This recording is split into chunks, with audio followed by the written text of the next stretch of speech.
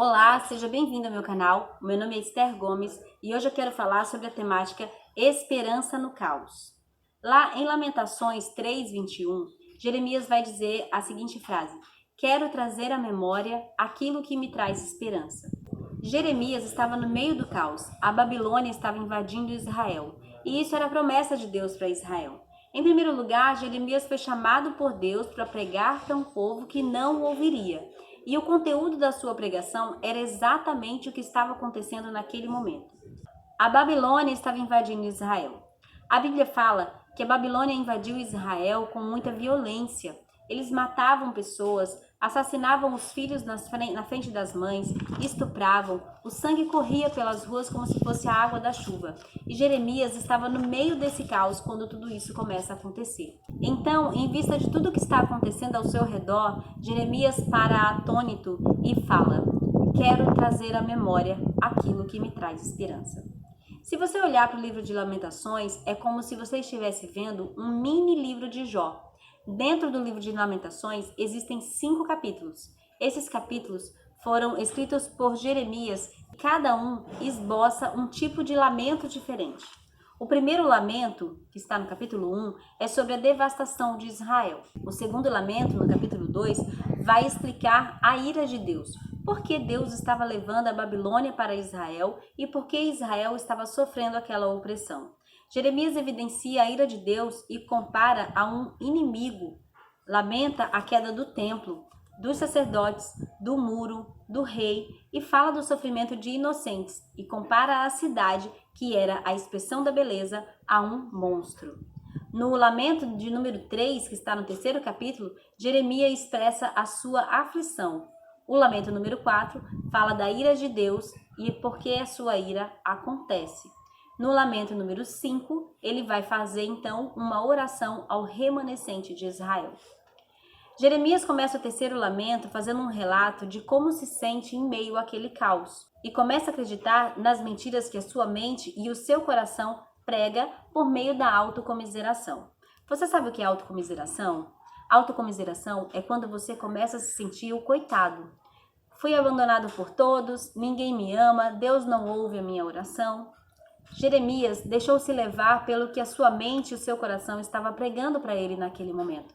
Embora ele tenha sido o profeta que profetizou tudo aquilo, é como se por um momento ele se esquecesse de todas as coisas e passasse a olhar somente para o que estava acontecendo em sua volta. Veja o que faz parte do conteúdo da autocomiseração de Jeremias. Primeiro ele diz: Deus me fez andar na escuridão. Voltou a sua mão contra mim, quebrou os meus ossos. Ele me cercou de tristeza. Ele rejeita a minha oração. Ele me cercou como um leão e um urso à espreita. Ele me tirou a paz. A minha esperança no Senhor acabou. A minha aflição, meu delírio, minha amargura, meu pesar. Meu. Alguma vez você já se encontrou desse jeito? Bom, Paul Tripp fala que esse sentimento é ensimesmado. Jeremias estava ensimesmado, ou seja, focado para si mesmo, centrado somente em si. Enquanto a ênfase do profeta está em si mesmo, a tendência à autocomiseração e à murmuração aumenta e a sua alma se torna ainda mais amargurada. Mas quando ele pratica a mudança de visão, quando Jeremias para de olhar para si mesmo e começa então a pregar para o seu coração e para a sua mente, que até então estava prevalecendo, olha só o que acontece. No versículo 21, Jeremias, ele disciplina sua mente quando diz: Quero trazer à memória aquilo que me traz esperança. É como se naquele momento ele interrompesse tudo que está passando pela sua mente e dissesse: Chega, não quero olhar para a situação. Não quero olhar para dentro de mim. Eu quero trazer à memória aquilo que me traz esperança. E começa a pregar para si mesmo. A importância de conhecer a palavra de Deus e o Deus a quem se serve, a disposição do coração de Jeremias muda a partir daí. No versículo 22, ele vai dar graças ao grande amor do Senhor, que é por causa dele que não somos consumidos. Isso faz com que o coração de Jeremias ele se torne grato e ele começa então a ter o reconhecimento de que Deus é Senhor apesar do caos.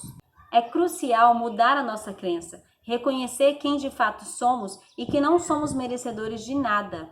Se essa crença habitar o nosso coração, mudará a nossa visão e nós vamos reconhecer quem é Deus e nos tornar mais grato a Ele. No versículo 22 e 23, ele vai dizer que a misericórdia do Senhor é inesgotável e que não é por nossa causa, mas por causa do seu grande amor e misericórdia. Amor, misericórdia, fidelidade. Se essas palavras não nos fizerem entender quem Deus é e que Ele nos sustenta, seremos constantemente tentados à autocomiseração. No versículo 24, ele vai dizer assim: digo a mim mesmo, o Senhor é a minha porção, portanto nele porei a minha esperança. Jeremias usa a expressão que o salmista também usou: a quem tenho eu no céu além de ti? É como se ele estivesse falando isso.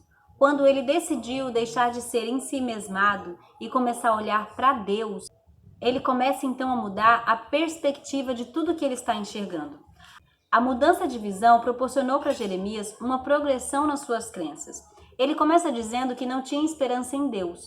Depois ele prega para si mesmo e termina dizendo: a minha esperança está no Senhor. A mudança de visão também ajudou Jeremias a entender o motivo pelo qual Jerusalém estava sendo afligido. Quando a gente começa a crer no Senhor e entender a situação como Ele quer que nós entendamos, nós passamos de vítimas para assumidores daquilo que fizemos. Jerusalém estava sendo invadido não porque Deus era mau, mas porque ele simplesmente deixou de cumprir a vontade de Deus, se ofereceu para ídolos e colocou Deus de escanteio. Então aquilo nada mais era do que a lei da semeadura. Eles estavam colhendo o que haviam plantado.